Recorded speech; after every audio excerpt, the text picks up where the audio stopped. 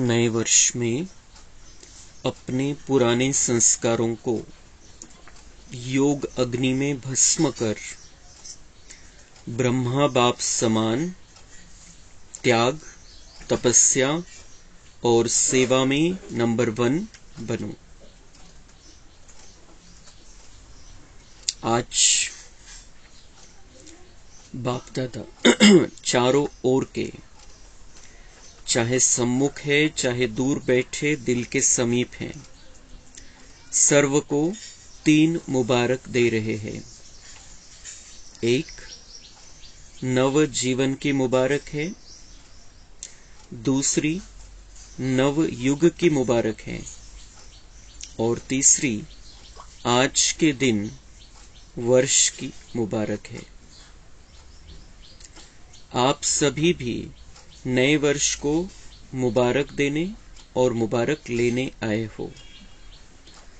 वास्तव में सच्ची दिल के खुशी की मुबारकें आप ब्राह्मण आत्माएं लेते भी हो, देते भी हो। आज के दिन का महत्व है, विदाई भी है और बधाई भी है। विदाई और बधाई का संगम युग है। आज के दिन को कहेंगे संगम का दिन है। संगम की महिमा बहुत बड़ी है। आप सभी जानते हो कि संगम युग की महिमा के कारण आजकल पुराने और नए वर्ष के संगम को कितना धूमधाम से मनाते हैं। संगम युग की महिमा के कारण ही इस पुराने नए वर्ष के संगम की महिमा है। जहां 2 नदियां मिलती है, संगम होता है, उनकी भी महिमा है। जहां नदी सागर का संगम होता है, उसकी भी महिमा है। लेकिन सबसे बड़ी महिमा इस संगम युग की, पुरुषोत्तम युग की है, जहां आप ब्राह्मण भाग्यवान आत्माएं बैठे हो। यह नशा है ना? अगर आपसे कोई पूछे आप किस समय पर हो, क्या कलयुग में रहते हो या सतयुग में रहते हो, तो क्या फलक से कहेंगे हम इस समय पुरुषोत्तम संगम युग में रहते हैं। तर बाबा म्हणताय बच्चांना 3 गोष्टींसाठी शुभेच्छा, मुबारक. एक, नव्या जीवनाच्या शुभेच्छा. नव जीवन आपला या शरीरामध्ये राहत असताना नवा जन्म झालेला आहे, त्याच्या शुभेच्छा. फिर नवयुग की मुबारक, नवीन जी दुनिया येणार आहे सतयुग आपल्यासाठी, त्याच्यासाठी शुभेच्छा. आणि तिसरी, इथलं वर्ष बदलतंय. तर बाबा म्हणते हे जे आहे हे जुन्याला निरोप देणं, जुन्या वर्षाला निरोप देणं आणि नव्या वर्षाचं स्वागत करणं, हे जे चालतं दुनियेमध्ये, हे यादगार आहे संगम युगाचं. कि हम संगम युग में क्या करते हैं, कलयुग को विदाई देते हैं और सतयुग का स्वागत करते हैं. त्याचे यादगार म्हणून बाबा म्हणताय की हे मनवतात. नाही तर तारीख बदलते, काही होत नाही विशेष. विशेष काहीच असं नाही की एक काहीतरी संपला आणि एक काहीतरी नवीन सुरू झालं, फक्त कॅलेंडरची तारीख बदलली, बाकी काही होत नाही. पण त्याला महत्व एवढं आलेलं आहे, इतकं मनवतात ते. आता कोणत्या कोणत्या पद्धतीने कोण मनवतात तो त्यांचा भाग वेगळा, पण त्याला मनवतात. त्याच्या मागचं कारण हे की संगम युगामध्ये आपण हे विदाई देतो कलियुगाला आणि स्वागत करत असतो सतयुगाचं. त्यामुळे ते नव्या वर्षाला विदाई देतात, जुन्या वर्षाला विदाई देतात आणि नव्याचं स्वागत करत असतात यादगारमध्ये. तसं संगम, तो हा एक संगम झाला वर्षाचं हिशोबाने. दुसरा संगम बाबा म्हणतात 2 नद्यांचा संगम होतो, त्यालाही महत्व आहे. नदी सागराला मिळते, तोही संगम आहे, त्यालाही महत्व दिलं जातं त्या ठिकाणाला पण. पण सगळ्यात जास्त महत्वपूर्ण आहे हा संगम युग, जिथं आपण भाग्यवान आत्मे बसलेलो आहे, जहां आत्मा का और परमात्मा का संगम हुआ है. हम बाबा से मिलते हैं, बाबा से मिलन मनाते हैं, बाबा के साथ में रहते हैं, बाबा हमारे साथ में रहता है। हा चान्स दुनियेमध्ये करोडोमध्ये कोणी आत्मेल नाही आणि त्याच्यामध्ये आपण आहे. करोडोमधून एक आत्मा आहे आपण. तर म्हणून त्या हिशोबाने बाबा म्हणताय, जहां ये जो पुरुषोत्तम संगम युग की ज्यादा महिमा है, जहां आप भाग्यवान आत्माएं बैठे हो. अगर कोई हमसे पूछे कि आप कहां पर हो, किस समय पर हो, दुनिया वाले कलियुगामध्ये, आणि आज सतयुगामध्ये कोणी राहत नाही, कारण सतयुगच नाहीये. दुनियावाले कलियुगामध्ये. त्यांचं उत्तर, कोणाचे उत्तर काय राहील की आता सध्या कलियुग चाललेले, आम्ही कलियुगामध्ये राहतोय. आपलं उत्तर काय राहील कि हम इस समय पुरुषोत्तम संगम युग में रहते हैं. आपल्यासाठी कलियुग संपलं. तर हे एक ज्ञानाच्या हिशोबाने कलियुग संपलं नाही, आपल्याला मनापासून त्या कलियुगाला संपवून टाकायचंय मधून. दिल से विदाई देना है कलियुग को. भले सतयुगामध्ये नाही राहते आपण, पण आपण असा विचार करायचा की मी आता संगमयुगामध्ये, मी आता अवतरित आत्मा आहे, बाबांनी मला नवा जन्म दिलेला आहे, कलियुगातला जन्म संपला. त्यामुळे ते कलियुगाकडे आकर्षित होणं, कलियुगाचा प्रभाव आपल्यामध्ये येणं, हे सगळं बंद होऊन जाईल. कलियुगामध्ये जे मनुष्य करतो, जसं विचार करतो, जसं बोलतो, वागतो, तसं आपण नाहीये, तसं आपल्याला नाही राहायचंय. क्योंकि अब हम बहुत ऊंची, श्रेष्ठ, दिव्य, भाग्यवान आत्माएं हैं, भगवान के बच्चे हैं. तर त्यामुळे खुश राहायचंय, आनंदी राहायचंय, आपल्या भाग्याच्या नशेमध्ये राहायचंय. तो वो जो भाग्य का नशा रहेगा तो हम बहुत ज्यादा खुशी में रहेंगे. आणि ती खुशी आपण कुठं बसलेलो आहे? आपण कल्पवृक्षाच्या मुळामध्ये बसलेलो आहे. आपण खुश राहू तर सगळ्या कल्पवृक्षाला त्याचे व्हायब्रेशन जाणार आहे. इतकं आपलं महत्व आहे. आपली स्थिती जर डाऊन झाली तर सगळ्या कल्पवृक्षाला ते जाणार आहे व्हायब्रेशन. त्याच्या निमित्त नाही बनायचंय आपण आता. सगळ्यांना कमजोर व्हायब्रेशन देण्याच्या, विकारांचे व्हायब्रेशन, अशांतीचे व्हायब्रेशन देण्याच्या निमित्त नाही बनायचंय. कारण आपण खूप महत्वपूर्ण आत्मे, जे 1-2 जन्मासाठी येतात खाली, ते पण आता फ्रेश राहतात, खुश राहतात, आनंदी राहतात, शांत राहतात. कारण 4900 वर्ष कोणत्याही विकारामध्ये नाहीये. 100 वर्षासाठी खाली आलेले, तर इथं आल्यानंतर ते फ्रेश राहतात, खुश राहतात, आनंदी राहतात. पण त्यांचं आनंदी राहणं, खुश राहणं कल्पवृक्षावरती प्रभाव नाही टाकत. आपण मुळामध्ये, बीजमध्ये, तिथं ते मुळ्यांमध्ये आपण आहे. तर जे मुळ्यांकडे जे येईल ते सगळीकडे जाणार आहे. मुळ्यांकडून सगळीकडे प्रवाहित होत असतं. तर ते मुळ्यामध्ये नाहीये, फांदीला लटकलेले नवीन जे आलेले आत्मे भले खुश राहतील, कारण फुल चार्ज झालेले आत्मे 4900 वर्ष, पण त्यांचा प्रभाव कल्पवृक्षावरती नाहीये. पण आपल्या स्थितीचा प्रभाव संपूर्ण कल्पवृक्षावरती पडत असतो. म्हणून आपल्याला खूप या गोष्टीची जाणीव ठेवायची आहे की माझी जी स्थिती आहे, सगळ्या दुनियेवरती त्याचा प्रभाव पडतोय, कारण मी पूर्वज आत्मा आहे. मी मुळामध्ये, हा सगळ्यात महत्वाचा पॉइंट आहे. ही आपली फार मोठी जबाबदारी आहे.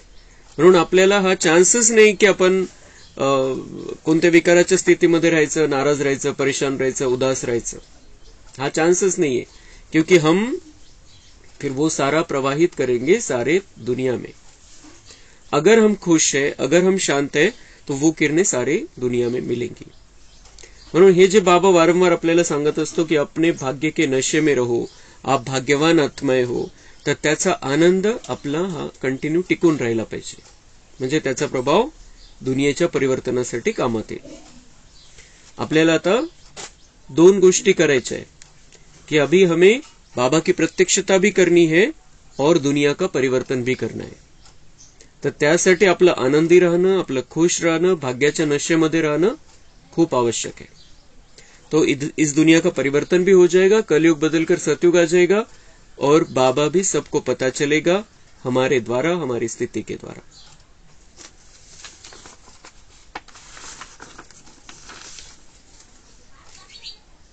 आप कलियुगी नहीं हो, संगम युगी हो. और इस संगम युग की विशेष महिमा क्यों है? क्योंकि भगवान और बच्चों का मिलन होता है, मेला होता है, मिलन होता है, जो किसी भी युग में नहीं होता. कभी स्वप्न में भी सोचा था कि ड्रामा में मुझ आत्मा का ऐसा भी भाग्य नूंधा हुआ है? आत्मा का परमात्मा से मिलने का भाग्य था और है। बाप भी हर एक बच्चे के भाग्य को देख हर्षित होते हैं। वाह भाग्यवान बच्चे वाह, अपने भाग्य को देख दिल में अपने प्रति वाह मैं, वाह मेरा भाग्य वाह, वाह मेरा बाबा वाह वाह, वाह मेरा ब्राह्मण परिवार वाह वाह, वाह वाह के गीत ऑटोमेटिक दिल में गाते रहते हो ना। कंटिन्यू या स्थितीमध्ये राहायचे, वाह वाह के गीत गाते रहो. किती मी भाग्यवान आत्मा आहे, बाबांनी माझी निवड केली. आणि बाबा तर सर्वशक्तिवान, या दुनियेतली सर्वोच्च शक्ती, या दुनियेतला सगळ्यात मोठा देवांचा देव तो माझा झालेला आहे. किती मोठं भाग्य आहे माझं. वाह मैं, वाह मेरा भाग्य. आणि दुसरं, वाह मेरा ब्राह्मण परिवार वाह. जे काही ब्राह्मण परिवारातले आत्मे, जे बीके बनलेले आत्मे, साधारण आपल्या सोबतचे असो किंवा वरिष्ठ असो, वरिष्ठ लेवलचे असो, सारा हमारा परिवार है. और ये परिवार आता कोणतंही रूप असू द्या, वरचं कोणतंही शरीरूपी कवर असू द्या किंवा काही स्थिती असू द्या, कोणालाही ब्राह्मण परिवारातली जी आत्मा आहे तिला बघताना आपली दृष्टी एकदम क्लिअर पाहिजे की ये मेरे परिवार का है, ये देवता है. देवता म्हणून आपण सोबत राहिलेलो आहे. कोणताही ब्राह्मण परिवारातला सदस्य ज्याची बाबांनी निवड केलेली आहे, जो मुरली ऐकतो, हमें बिल्कुल ये क्लियर होना चाहिए ये देवता है और देवता बनकर हम साथ में रहते. दूसरी कुठलीच दृष्टी नहीं, दूसरी कुठलीच भावना नहीं. वो यहाँ पर क्या करता है, क्या उसके स्वभाव है, क्या संस्कार है, बिल्कुल ते विसरून जायचं सगळं. भगवान ने चुना है उसको, तो भगवान को पता है उसके अंदर की स्थिति क्या है, ऊपर से क्या संस्कार है, वो क्या दिखाता है, क्या करता है, त्याच्यामध्ये आपल्याला जायचं नाहीये. तो त्याच्यावरती प्रयत्न चालू आहे बदल घडवून आणण्याचा. म्हणून कोणालाही आपण त्या दृष्टिकोनातून नाही बघायचंय. वाह मेरा ब्राह्मण परिवार वाह. जो भी बाबा का बच्चा बना है उसे हमें इसी नजर से देखना है कि ये देवता घराने की आत्मा है और हम देवता बनकर साथ में थे. आणि तसंच दुनियावाल्यांना बघताना ही दृष्टी पाहिजे, मेरे बाबा का बच्चा है, मैं, हम आत्मा भाई भाई है. तर त्याला ती सकाश जाईल आपल्याकडून आणि त्याचे निगेटिव्ह आपण आकर्षित नाही करणार. कसाही असू द्या तो, मेरे बाबा का बच्चा है, मेरा भाई है, हम आत्मा भाई भाई है, त्या दृष्टिकोनातूनच कोणालाही बघायचंय. तो वो जो बाबा से हम ले रहे हैं सातों गुण, वो उनको मिलते रहेंगे और हमारे में वही रहेगा, वो 7 गुण रहेंगे बाबा के. तो निगेटिव के लिए, उनके नकारात्मकता के लिए, उनके व्यर्थ के लिए हमारे अंदर जगह ही नहीं रहेगी. किती काही करू दे आपल्या विषयी ते, लेकिन हमारे पर उसका प्रभाव नहीं पड़ेगा. आपल्याला मध्ये फक्त 7 गुण ठेवायचे. तो ये दृष्टि वृत्ति बदलने के लिए बाबा हमें सिखाता है. आप संगम युग में हो, आप कलयुग में नहीं हो, तो आपके सोच, बोल, व्यवहार, दृष्टि, वृत्ति सब कुछ अलग होना चाहिए. तो आज इस संगम के समय अपने अंदर सोच लिया है कि किस किस बातों को विदाई देनी है. तर मग बाबा म्हणते आता संगम युग, कलियुग मागे सोडलेलं आहे. आता काय काय घेऊन आलेले कलियुगामधून त्याला सोडायचंय. आपण असं ऐकायचं की बाबा माझ्या समोर है और बहुत प्यार से मुझे देख रहा है और बहुत प्यार से बैठकर मुझे समझा रहा है. तो अनुभवच तसा होता त्या दिवशी की बाबा जसे एक एक बच्चाला घेऊन बसलेला आहे आणि समजून सांगतोय. इतकं सुंदर वाटत होतं त्या दिवशी, बहुत सुंदर. बाबा जैसे परिवार का सदस्य और एक एक बात, असं नाही की एकाच विषयावरती मुरली चाललेली, वेगवेगळे पॉइंट्स घेतलेले बाबांनी या मुरलीमध्ये. जसं गप्पा मारतात आणि गप्पा मारता मारता शिकवतात घरचे मोठे कि काय करायला पाहिजे, कसं करायला पाहिजे, वैसे ही बाबा भी वैसे ही बैठा था, वही स्थिति थी. और हमें अभी उसको रिपीट कर रहे हैं हम, तो हमें उसी रूप में देखना है. बाबा मेरे साथ बैठा है और मुझे ये सारी बातें मेरे कल्याण के लिए बता रहा है और मुझे ऊंची नजर से देख रहा है, मैं कौन सी आत्मा हूं और वैसा मुझे फिर से वो बनाना चाहता है. ये शुभ भावना से वो सारी बातें समझा रहा है. तो बाबा म्हणता है कि अपने अंदर सोच लिया है कि किस किस बातों को विदाई देनी है। सभी ने सोचा है सदा काल के लिए विदाई देनी है, क्योंकि सदा काल के लिए विदाई देने से सदा काल की बधाइयां मना सकेंगे। कायमचं सोडून द्या तर मग मोठं भाग्य, सदा कालचं मोठं भाग्य तुम्हाला प्राप्त होईल। ऐसी बधाई दो जो आपके चेहरे को देख जो भी आत्मा सामने आए वह भी बधाइयां प्राप्त कर खुश हो जाए। स्वतःला बधाई द्यायची, स्वतःला त्या सगळ्या गोष्टींपासून दूर ठेवायचे, तर बाबा म्हणतात चेहऱ्याद्वारे सेवा होईल, दुसऱ्यांना तुमच्याद्वारे आनंद प्राप्त होईल, कारण तो मनाचं जे आहे ते चित्र सगळं चेहऱ्यावरती दिसत असतं। जो दिल से बधाई देते व लेते हैं वह सदा ही कैसे दिखाई देते हैं, संगम युगी फरिश्ता। सभी का यही पुरुषार्थ है ना, ब्राह्मण सो फरिश्ता और फरिश्ता सो देवता, क्योंकि बाप को सब प्रकार के संकल्प या जो भी कुछ प्रवृत्ति का कर्म का बोझ है वह दे दिया है ना, बोझ दिया है या थोड़ा सा रह गया है, क्योंकि थोड़ा भी बोझ फरिश्ता बनने नहीं देगा। और जब बाप बच्चों का बोझ लेने के लिए आए हैं तो बोझ देना मुश्किल है क्या? मुश्किल है या सहज है? जो समझते हैं बोझ दे दिया है वह हाथ उठाओ। दे दिया है, देखना, सोच के हाथ उठाना।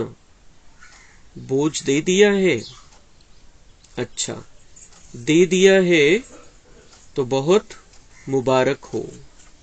और जिन्होंने नहीं दिया है वह किस लिए रखा है? बोझ से प्रीत है क्या? बोझ अच्छा लगता है?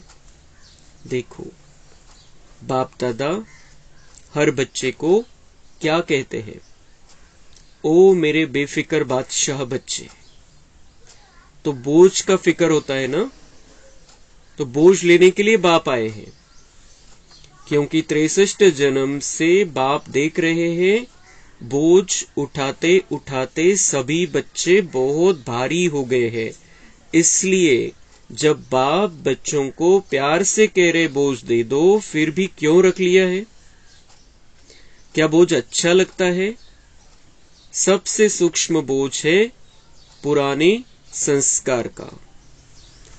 बाप दादा ने देखा कि कई बच्चों को इस पुराने संसार की आकर्षण कम हुई है, पुराने संबंध की भी आकर्षण कम हुई है, लेकिन पुराने संस्कार उसका बोझ मेजॉरिटी में रहा हुआ है, किसी न किसी रूप में।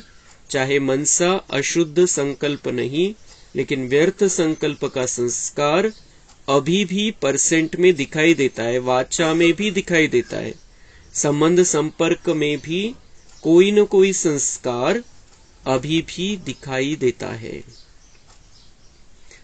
तर बाबा म्हणता है कि संगम युगी फरिश्ता कब लगेंगे? जब वो चेहरे पर खुशी दिखाई देगी। और पहले तो वो फरिश्ता दिखाई देना है, बनना है, उस स्थिति में रहना है, क्योंकि ब्राह्मण सो फरिश्ता और फरिश्ता सो देवता। पहिले तर आपण साधारण मनुष्य होतो, कलियुगी मनुष्य। बाबांनी नवा जन्म दिला, आपण आता ब्राह्मण बनलो, तर ब्राह्मणामध्ये पण आपल्याला ती संपूर्णता प्राप्त करायची। हाफ कास्ट ब्राह्मण नाही बनना है, फुल कास्ट ब्राह्मण, संपूर्ण ब्राह्मण बनायचे। आणि ती संपूर्ण ब्राह्मण जी स्थिती आहे संगमयुगामध्ये, ती फरिश्ता स्थिती, बिल्कुल हलके हलके, कशाचंही ओझं नाही, बिल्कुल हल्की स्थिति। सब कुछ बाबा को सौंप दिया और बेफिक्र होकर बैठे, जैसे ब्रह्मा बाबा था, बिल्कुल बेफिक्र बादशाह। आपल्यापेक्षा 1000 पटीने जास्त समस्या, जास्त प्रॉब्लेम त्यांच्या समोर आले। सगळ्या दुनियेमध्ये एकटा तो माणूस होता जे हे ज्ञान त्यांनी सांगायला सुरुवात केली लोकांना, जे आजपर्यंत कोणी ऐकलं नव्हतं। बिल्कुल प्रवाह एकीकडे हा एकीकडे, एकच व्यक्ति।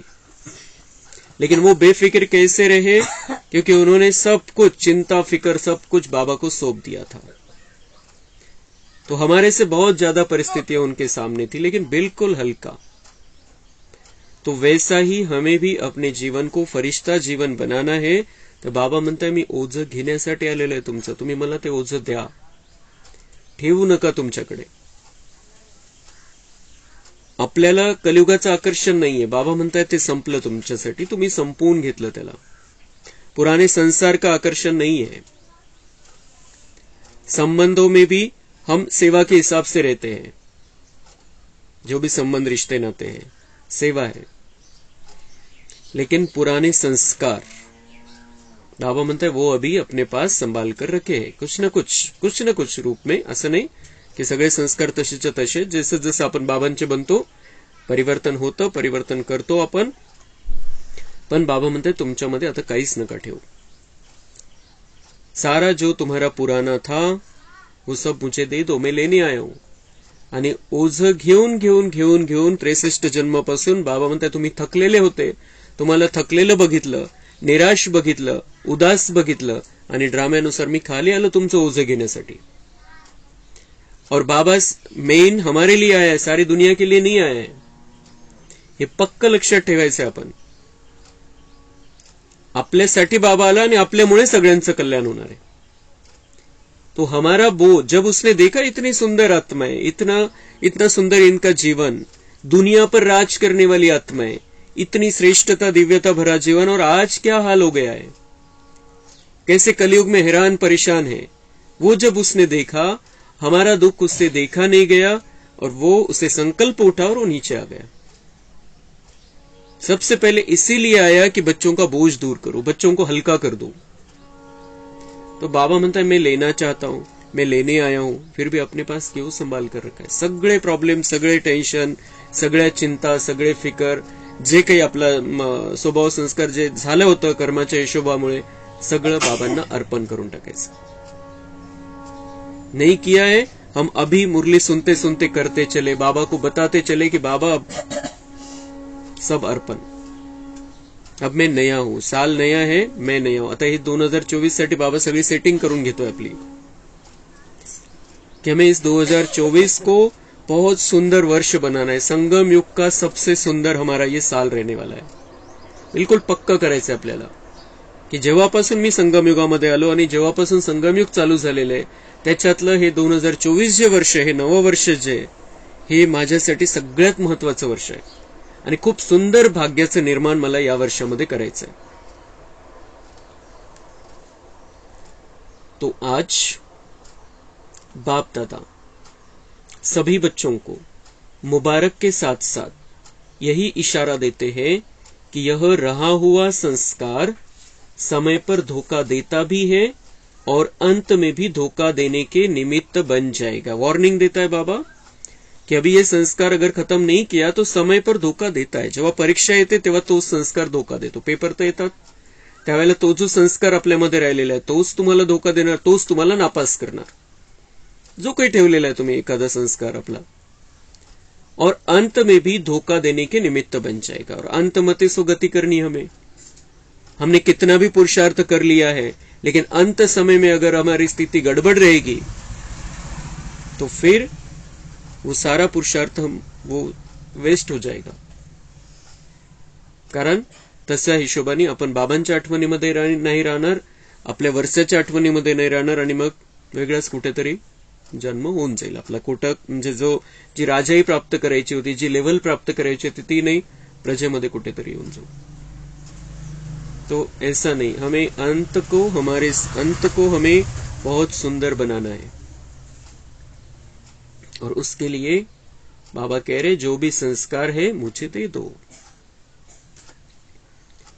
इसलिए आज संस्कार का संस्कार करो.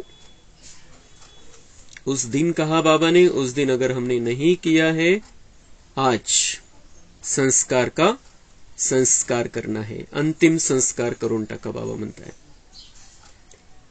हर एक अपने संस्कार को जानते भी है, छोड़ना चाहते भी है, तंग भी है, लेकिन सदा के लिए परिवर्तन करने में तीव्र पुरुषार्थी नहीं है. बाबा सगळं जाणतो, बाबांना सगळं माहिती आहे. बाबा म्हणताय की हर एक अपने संस्कार को माहिती आहे काय प्रॉब्लेम आहे आपल्यामध्ये, छोडना भी चाहते हैं, त्या स्वभावामुळे तंग पण झालेले, लेकिन सदा के लिए परिवर्तन करने के तीव्र पुरुषार्थी नाहीये. तेवढ्यापुरतं तेवढं होऊन जातं, पण मध्ये ठेवलेलं आहे त्याला. और फिर समय पर निकल आता है. तो बाबा म्हणते उसमें ये तीव्र पुरुषार्थ ये करना है कि वो सदा के लिए उस संस्कार को बदल देना है, खत्म कर देना है. पुरुषार्थ करते हैं लेकिन तीव्र पुरुषार्थी नहीं है. कारण तीव्र पुरुषार्थ क्यों नहीं होता? कारण यही है, जैसे रावण को मारा भी लेकिन सिर्फ मारा नहीं, जलाया भी. ऐसे मारने के लिए पुरुषार्थ करते हैं. थोड़ा बेहोश भी होता है संस्कार, लेकिन जलाया नहीं तो बेहोशी से बीच बीच में उठ जाता है. तो इसके लिए पुराने संस्कार का संस्कार करने के लिए इस नए वर्ष में योग अग्नि से जलाने का दृढ़ संकल्प का अटेन्शन रखो. तर बाबा म्हणताय रावण त्याची कहाणीमध्ये दाखवलेला आहे, तो रावण त्या रावणाला फक्त मारलं नाही तर त्याचा अंतिम संस्कार केला की नामोनिशान ही खतम हो जाए. तर हे रावण कशाची निशाणी? विकारांची. विकारांना बाबा म्हणताय तुम्ही मारता, दाबता, तेवढ्यापुरतं तेवढं, पण मध्ये मध्ये ते जागृत होतं. जलाया नहीं उसको. जैसे रावण को जलाया तब खत्म हुआ पूरी रीति से. तसंच या विकारांना पण जाळून भस्म करायचे. तर बाबांची नव्या वर्षासाठी प्रेरणा आहे, पुराने संस्कार का संस्कार करने के लिए होमवर्क पण है. पुराने संस्कार का संस्कार करने के लिए इस नए वर्ष में योग अग्नि से जलाने का दृढ़ संकल्प का अटेंशन रखो. योग अग्नि से जलाना है. कैसे जलाना है? कोणता तो आकाडीचं जाळ नाही लावायचं आहे. योग अग्नि से जलाना है. जितका बाबांशी योग राहील तितकं ते जळून खाक होईल. आणि जेव्हा जेव्हा तो संस्कार जागृत होईल कोणताही, जो बाबांच्या आदेशानुसार नाहीये, तर मग आपण बिलकुल असा आपण विचार करायचा आहे की बाबा सूक्ष्मवतनमध्ये बापदादा दोघं पण आहे आणि तिथे यज्ञ रचलेला आहे, होमकुंड आहे, आणि त्याच्यामध्ये मी तो संस्कार आपला टाकतोय. चित्र बघायचंय. आणि चित्र बघितलं मन बुद्धीने तर पक्क होत असतं कि मैंने वो संस्कार बाबा को दे दिया और बाबा ने उस अग्नि में डाल दिया. स्वभाव संस्कार असो, काही व्यर्थ चाललेले आहे, कोणती चिंता आहे, टेन्शन आहे, काही पण, बिलकुल असा विचार करायचा आहे की मी बाबांना देऊन टाकलं आणि बाबांनी त्या यज्ञ कुंडामध्ये टाकलं. स्वाहा. बस संपलं ते, आता खतम हो गया. हे एकदम असं एकदम अचानक सगळं काही संपून जाईल असं नाही होणार. पण जेव्हा जेव्हा थोडा अंश राहील, तर जेव्हा जेव्हा आपल्याला वाटेल की असं काहीतरी गडबड होते, त्यावेळेला बाबांना देऊन टाकायचं. तो वो उसमें जलकर खाक हो जाएगा. दुसरी विधी अशी असू शकते की जसं भिंग असतं, एक मोठा भिंग असतो, तो आपण समजा उन्हामध्ये कागद पकडलेला आहे आपण, तर तसा नाही जळणार तो. नुसता कागद पकडलेला उन्हामध्ये, पण ती भिंगाची काच आणि त्याच्या खाली जर कागद ठेवला तर ते पूर्ण किरण त्याच्यामध्ये एकत्रित येतात, फोर्स वाढतो त्यांचा आणि तो कागद जळायला लागतो. तर तसं आपल्याला बाबांवरती एकाग्र चित्त भावनेने बाबांवरती मनाला टिकवायचंय, बुद्धीला टिकवायचंय, आणि तिची किरणं येतील मग त्याच्यामधून त्या एकाग्रतेने, त्या किरणांमध्ये आपले संस्कार जळून खाक होतील. ये है योग अग्नि.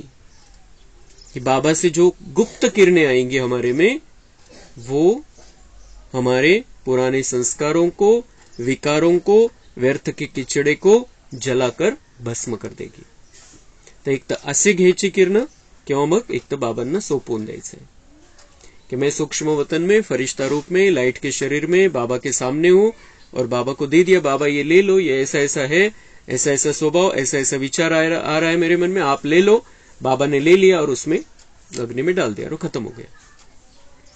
तर या दोन विधींनी आपण हा आपला योग पॉवरफुल योग करू शकतो. आणि हा जो या वर्षामध्ये आपल्याला योग वाढवायचा आहे, ज्ञान पक्क करायचंय, मुरली मिस नाही होऊ द्यायची, आणि योग मध्ये राहायचंय, योग पक्का करायचा. काही टाइम बसून पण करायचंय आपल्याला.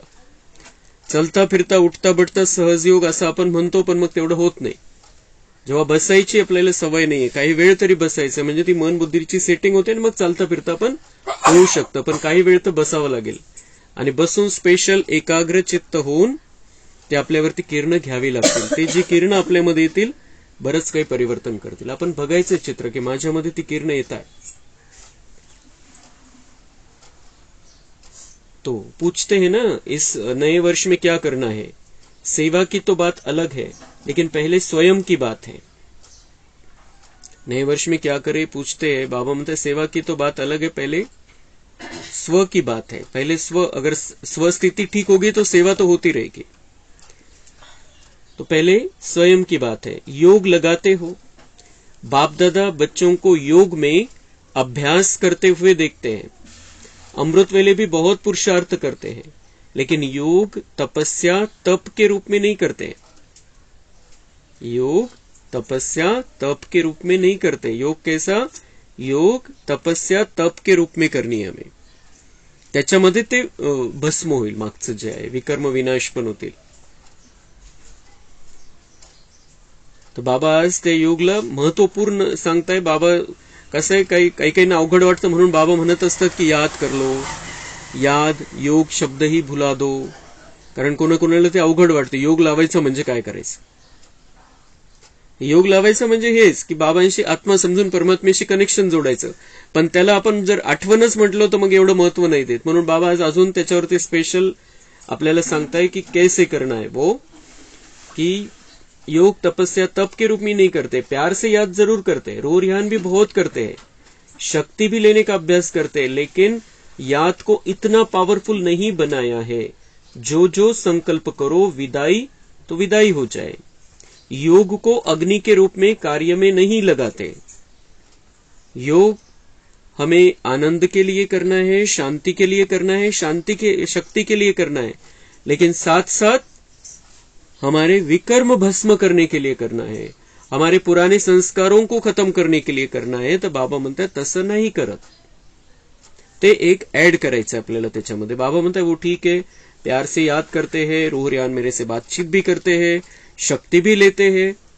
आपल्याला ती सवय झालेली आहे की बाबांची आठवण, मग आपण शक्तिशाली स्थितीमध्ये राहायला लागतो।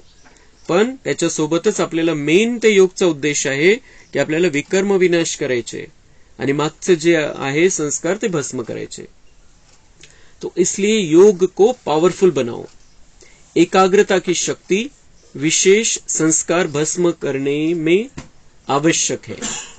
एकाग्रतेची शक्ती म्हणजे ते भिंगाचं उदाहरण लक्षात ठेवायचं आपण, की ते एकाग्र करून घ्यायची किरण आपल्यावरती।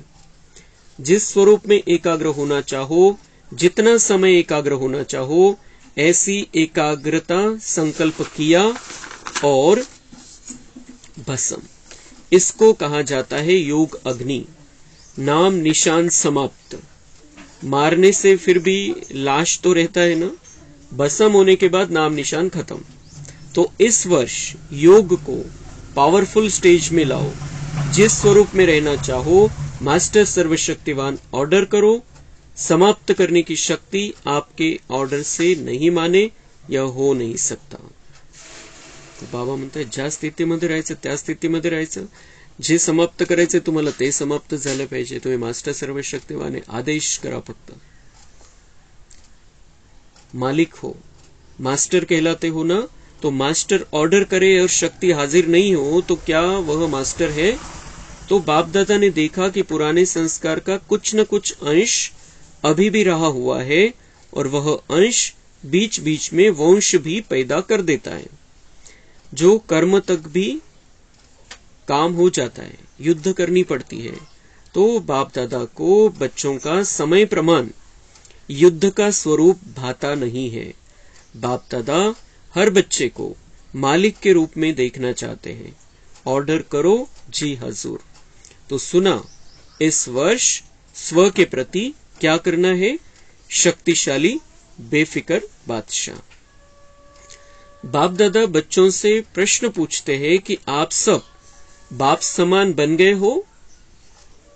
बाबा कशासाठी आलेला आहे? मेन त्याच्यासारखं आपल्याला बनवायसाठी आलेला आहे। तो बाबा प्रश्न पूछते हैं कि बाप समान बन गए हो?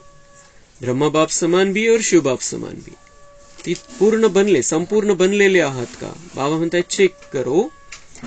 पर्दा खोले कि पर्दा खोलेंगे तो कोई कंघी कर रहा है, कोई फेस को क्रीम लगा रहा है। अगर एवर रेडी हो, संस्कार समाप्त हो गए, तो बाप दादा को पर्दा खोलने में क्या देरी लगेगी?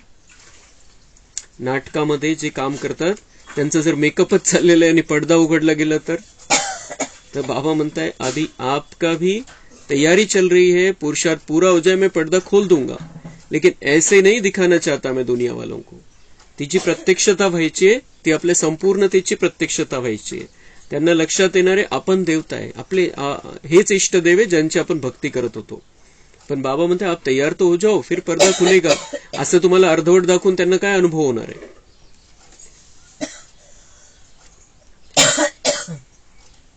तो बाबा म्हणता एवर रेडी तो हो जाओ ना, हो जाएंगे कह के बाप को बहुत समय खुश किया है. बाबा म्हणता खूप वेळपासून मला तुम्ही खुश करताय की हाँ बाबा बन जाएंगे, हम तैयार हो जाएंगे. अभी ऐसा नहीं करना, होना ही है, करना ही है. हो जाएंगे गे नहीं, होना ही है, करना ही है. पक्क करायचं स्वतःसाठी. बाप समान बनना है, इसमें तो सभी हाथ उठा देते हैं. उठाने की जरूरत नहीं. बाबा म्हणताय हात वर करायला सांगायची गरज नाही. मी जर प्रश्न विचारला तर सगळे हात वर करतील की हा मुझे बाप समान बनना है. मग आपल्या सर्वश्रेष्ठ बच्चाचं बाबा उदाहरण देत आहे. ब्रह्मा बाप को देखो. साकार में तो ब्रह्मा बाप को फॉलो करना है ना. ब्रह्मा बाप ने त्याग, तपस्या और सेवा लास्ट घड़ी तक साकार रूप में प्रैक्टिकल दिखाया. त्याग, तपस्या, सेवा साकार रूप में हमें ब्रह्मा बाबा को फॉलो करना है.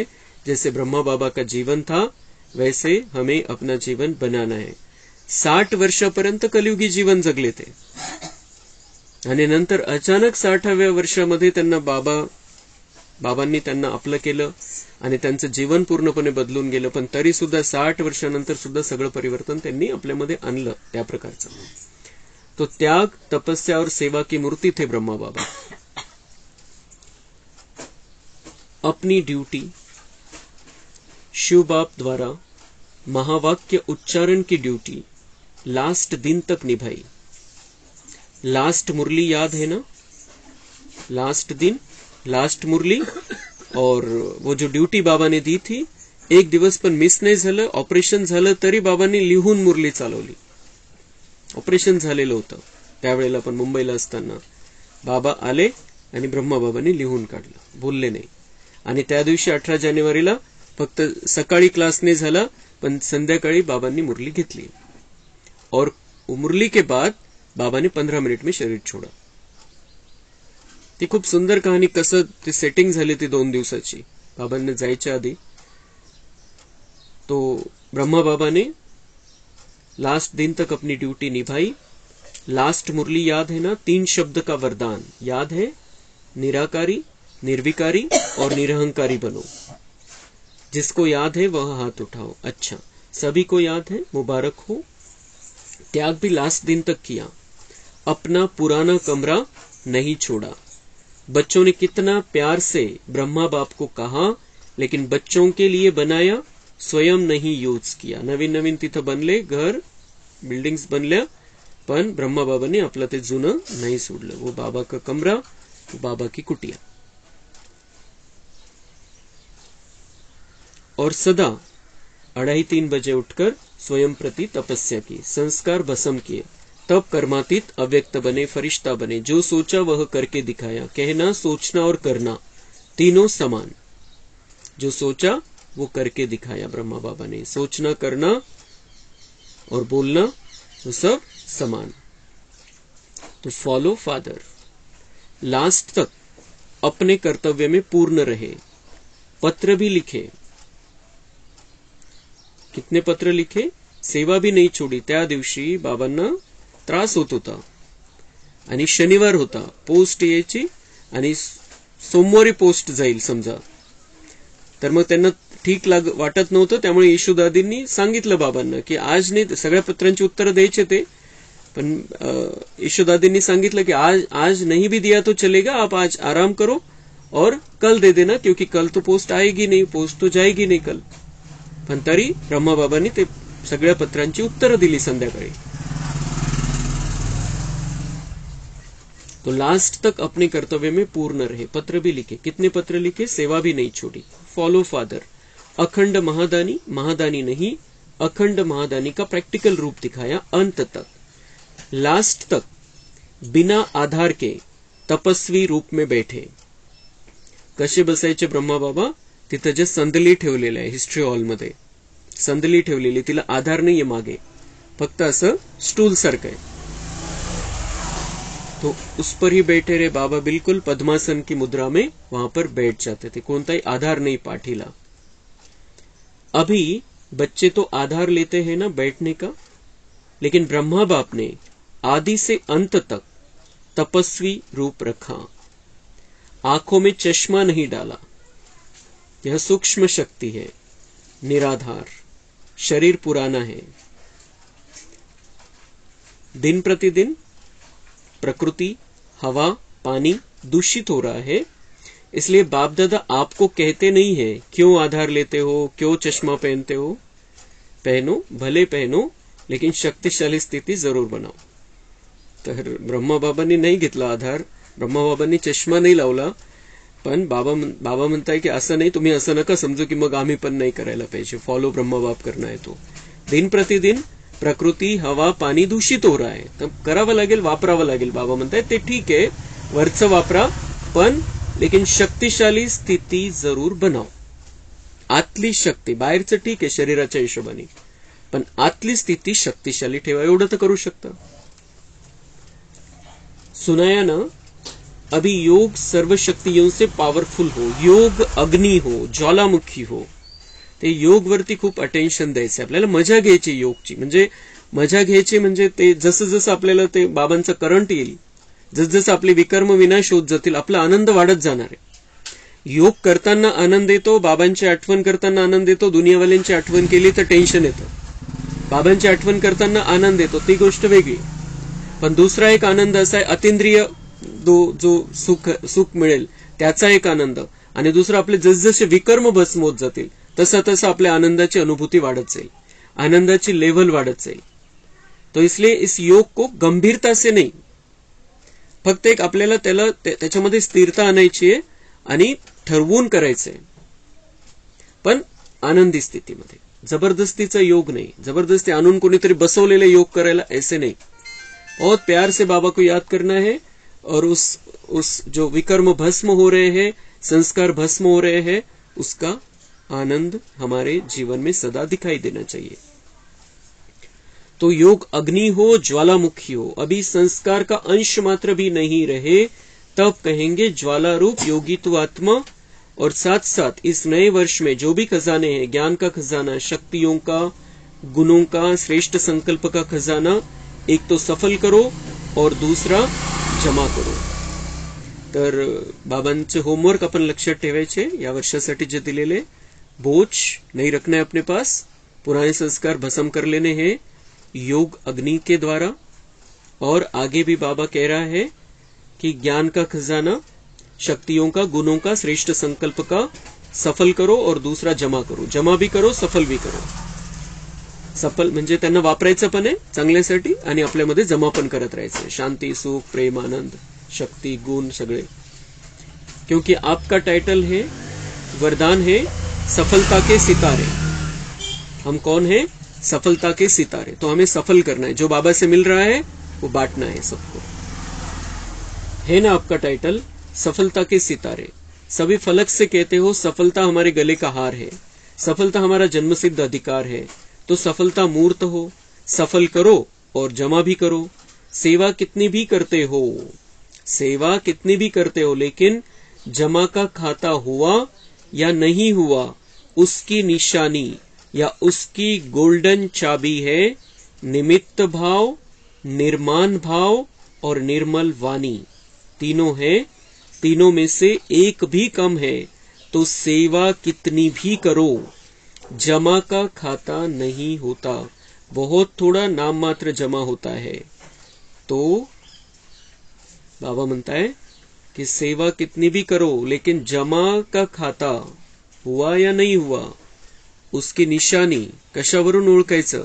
आपण सेवा केली, शरीराच्या द्वारे सेवा केली, मनाच्या द्वारे मनसा सेवा केली, धन आपण भंडारीमध्ये टाकलं, सेंटरवरती दिलं, मधुबनला दिलं, पण ते आपलं जमा झालं की नाही, त्याची रेकॉर्डिंग झाली की नाही, जे आपल्या सोबत येईल, सतयुगामध्ये कामात येईल, ते कशावरून ओळखायचं? आपण ते करत असताना, तन मन धन तिन्ही सफल करत असताना आपली स्थिती काय होती? निमित्त भाव, निर्माण भाव और निर्मल वाणी।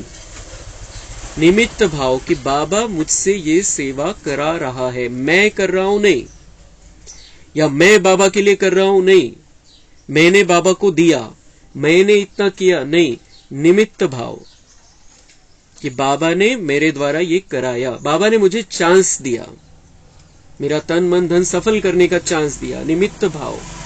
निर्माण भाव कि मैं जो कर रहा हूं उसके लिए मुझे कुछ नहीं चाहिए, गुप्त, कुछ नहीं, कुछ नाम नहीं चाहिए, कोई मान नहीं चाहिए, कोई शान नहीं चाहिए।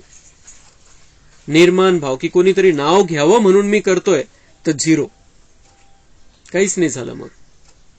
और निर्मल वाणी, कर रहे हैं ठीक है, अहंकार नहीं होना चाहिए, बोलने में अहंकार नहीं होना चाहिए, किसी के प्रति कोई गलत भावना नहीं निकलनी चाहिए अपने बोल के द्वारा।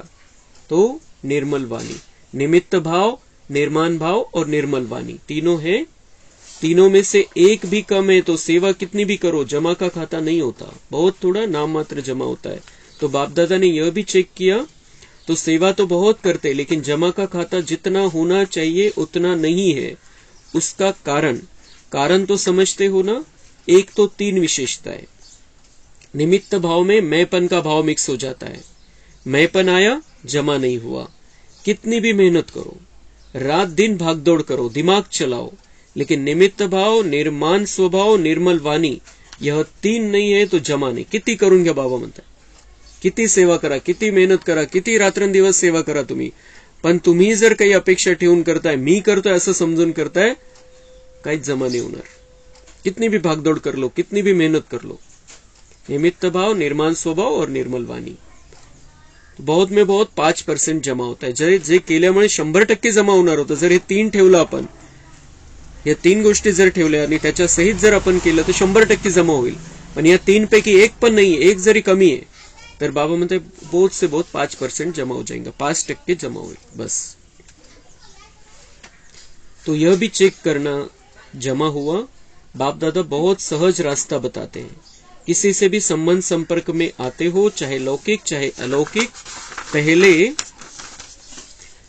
अपने शुभ भावना शुभ कामना की वृत्ति को चेक करो, और किससे भी मिलते हो तो सदा आत्मा को देख करके बात करो। केव्हा ती आपली सेवेची स्थिती निर्माण होईल, केव्हा ती सेवेचा पाया तयार होईल। बाबा म्हणते ये चेक करो कि आप किससे भी मिलते हो, आपकी कंटिन्यूअस ये स्थिति है क्या, सबके प्रति शुभ भावना शुभ कामना, बस सगळ्यांचं कल्याण व्हावं। ये ऐसा हो वैसा, ये ऐसा करताय वैसा करताय, माझ्यासाठी असं करतो, तिकडे तसं करतो, हा समाजासाठी चांगलं नाही, ये जो बातें हैं ये हमारी वृत्ति में होनी नहीं चाहिए। सबका कल्याण हो जाए, सबको सद्बुद्धि मिल जाए। और किसी से भी मिलते हो तो सदा आत्मा को देख करके बात करो, सदा आत्मा को देख करके बात करो। ये आत्मा है, मेरा भाई है। जेव्हा आपण ब्राह्मण परिवारामध्ये भेटतो त्यांना आपण बघू शकतो की ये देवता है, आणि आपल्याला कोणाची स्थिती वर उचलायची आहे, जो ज्ञानामध्ये नाहीये त्यालाही आपण समजू शकतो की ये पहचान नहीं रहा है अपने आप को, लेकिन ये भी देवकुल की महान आत्मा है, असं पण आपण बघू शकतो। तो ये सारे अभ्यास बाबा हमें दे रहा है। ये साल भर अभी से पक्का कर लेना है कि मुझे क्या क्या करना है साल भर में। और ये साल अगर हम ऐसा मनाएंगे, बाबांनी सगळ्या मुरल्यांचं सार घेतलेलं, अशी मुरली चालवली थी, जे आपल्याला सगळं वर्षभर आपण त्या स्थितीमध्ये जर राहिलो तर खूप मोठं भाग्य जमा होऊन जाईल आपलं। तो बाबा म्हणता है कि तो सदा आत्मा को देख करके बात करो। आत्मा से बात करते हैं, कोई अलौकिक परिवार से बात करते हो, खुशी होनी चाहिए। यह कल्प पहले वाले, हर कल्प भाग्य बनाने वाले, कोटो में कोई आत्मा आहे। अलौकिक परिवारातला, ब्राह्मण परिवारातली आत्मा आहे, त्याला आपण बघतोय तर काय विचार करायचा। बाबा म्हणता ये कल्प पहले वाली, हर कल्प भाग्य बनाने वाली, करोडों में कोई आत्मा आहे। ही मुरली ऐकून यांच्यात काहीच बदल होत नाही, हा विचार नाही करायचा आहे। किसी भी ब्राह्मण परिवार की आत्मा को देखते हैं हम, उसको देखना ये कल्प पहले वाली कोटों में कोई आत्मा है जिसने भाग्य बनाया है.